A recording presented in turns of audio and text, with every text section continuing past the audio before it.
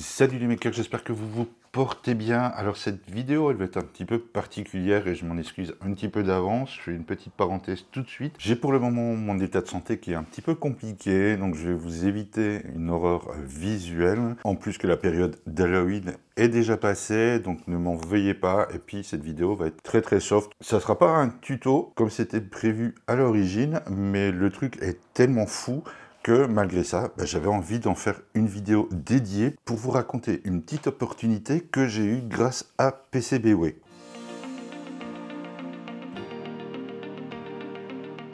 PCBWay, pour ceux qui ne connaissent pas, c'est à la base un fabricant de PCB. Bon, dans l'ensemble, c'était pas très difficile à deviner, ils ont mis ça dans leur nom. L'idée, c'est pour ceux qui font beaucoup d'électronique, c'est de pouvoir dessiner, prévoir leur PCB, même les faire monter directement par cette entreprise et ensuite de les recevoir chez eux, tout fait, tout beau. Il y a plein de trucs, plein d'options, différentes couleurs de PCB, en plusieurs couches, avec la liste de composants. Il est même possible de partager directement son travail via leur site. Bref, c'est une de leurs principales activités, mais dans mon cas, étant donné que je suis pas très bon au niveau de l'électronique, j'avais fait il y a quelques temps une petite carte de nivellement et c'était par leur système qu'elle avait été réalisée. C'était du coup un petit peu compliqué de prévoir avec eux quelque chose dans ce domaine, mais étant donné que leur service ne s'arrête pas à ça et qu'ils ont une partie aussi impression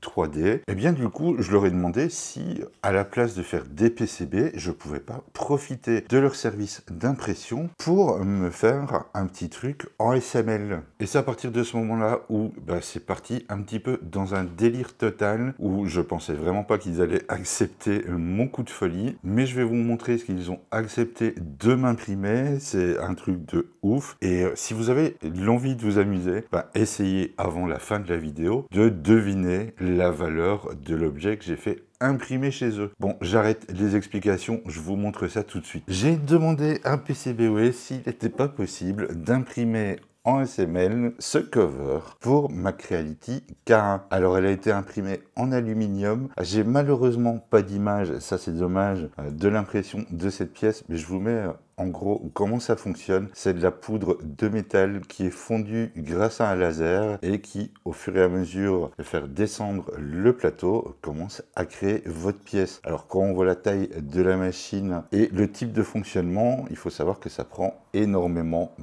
énormément d'heures d'impression. Ils estiment en gros que des petites pièces comme celle-ci par exemple, qui vient s'emboîter à l'arrière de mon impression, ça prendrait à peu près 1 heure, mais on peut clairement compter que sur ce genre de pièces-là, au moins 10 heures, si pas une quinzaine d'heures pour imprimer une pièce comme ça. Alors là, je ne l'ai pas encore fait, mais évidemment, quand je vais la placer sur la K1, je vais la peser et on verra le poids qu'elle fait. Je pense qu'elle doit être quand même un peu plus lourde que l'original, mais c'est quand même malgré tout hyper léger. Alors c'est hyper propre. J'essaie de vous la mettre au plus proche. C'est vraiment impressionnant, même ici, au niveau de la petite pièce, c'est quand même très bien foutu, il n'y a pas à dire. Là, ce que je vais faire du coup maintenant, c'est évidemment de prendre ma K1 et commencer à la démonter. Je vais en profiter parce que je ne l'ai pas encore fait depuis qu'elle est là. Je lui ferai un bon petit entretien et puis on va évidemment comparer le poids entre les deux. Encore une fois, je pense que celle-ci, elle va être quand même beaucoup plus lourde. Et puis aussi,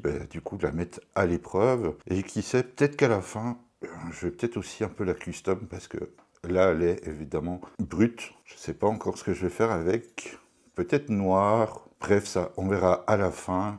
Je vais attaquer le montage sur ma K1. Et voilà du coup qui est chose faite. J'ai descendu ma K1. J'ai commencé un petit peu à la nettoyer. Et j'ai surtout du coup retiré le cover d'origine. Et on va tout de suite le peser pour pouvoir comparer avec le nouveau. Donc là, il fait à peu près 31 grammes. Je pense que l'autre, elle doit être pas loin des 100 grammes quand même. Hop, 78 grammes, 2,5 fois plus. Bon, on va voir ce que ça donne. Je ne sais pas si ça aura de l'incidence sur ses performances, mais bon, je vais la remonter et puis on regarde ça tout de suite après. La voici en place et franchement, il n'y a rien à dire. C'est rentré vraiment tip top. Alors, je ne l'ai pas encore vissé parce que je trouve que, déjà pour voir si ça passait, il manque encore la petite partie ici à fixer, mais c'est surtout que c'est gris, c'est plutôt fade, donc j'ai vraiment envie de voir ce que je peux faire au niveau custom avec, mais pour le reste, rien à dire. Je vais juste encore lui faire un petit test de home avec vous, comme ça je vais voir si évidemment quand elle va descendre sur le plateau, elle va bien se faire arrêter par la buse. Donc normalement il n'y a pas de souci parce que je vois que elle dépasse largement. Vous allez être témoin de son premier toucher de plateau. Alors est-ce que ça se plante ou pas? Qui va toucher le premier?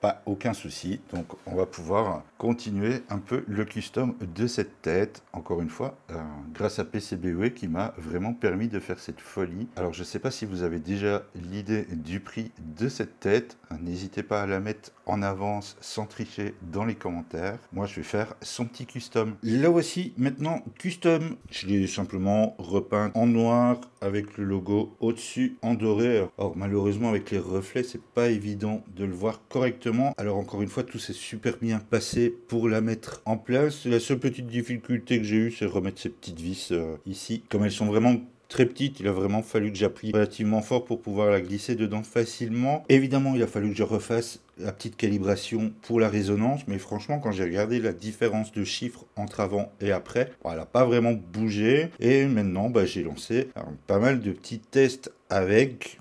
Elle a quand même déjà pas mal travaillé et j'ai vu absolument aucune différence, en tout cas aucune dégradation au niveau des prints, de la qualité des prints. Bon évidemment soyons clairs, c'est vraiment une pure folie, c'est vraiment le custom le plus cher que, en tout cas à ma connaissance, il y est sur une K1. Oui, je vous ai pas encore parlé du prix, j'y arrive, car oui, je suis quand même limite un petit peu honteux de vous donner la valeur de cette tête, parce que c'est quelque chose évidemment que je n'aurais jamais fait sans la participation de PCBWay, sans l'acceptation du budget, car il a été en plus un petit peu explosé par rapport à ce qu'il m'avait proposé au départ. Alors pour le coup, je vais vous mettre un petit screen, ça sera plus facile. Alors les deux pièces, c'est de l'aluminium. Pour la petite partie qui vient s'emboîter dans le cover, il y en a pour pratiquement 25 $. Et pour la grosse partie, il y en a pour 68 $.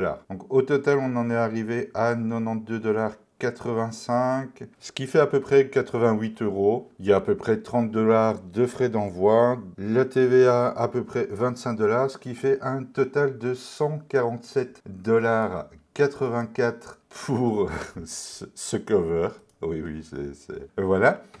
Ce qui fait à peu près 140 € pour faire le cover de cette K1. Je doute évidemment fortement que cette pièce soit reproduite à nouveau vu le tarif, mais il ne faut pas oublier que voilà, c'est une impression métal, ça coûte relativement cher, ça prend énormément de temps. Par contre, le rendu, encore une fois, est vraiment nickel. N'hésitez pas à me dire dans les commentaires ce que vous en pensez au niveau du prix, si votre estimation était supérieure ou inférieure au prix final. Alors, à voir pour l'année prochaine, mais peut-être qu'il y aura un autre projet qui sera réalisé grâce à PCBWay. Mais là, ça sera vraiment au niveau PCB de chez eux. J'ai bien envie de me réaliser un petit projet un peu fun, mais malheureusement, voilà. N'étant pas très doué pour le moment en électronique, j'y travaille.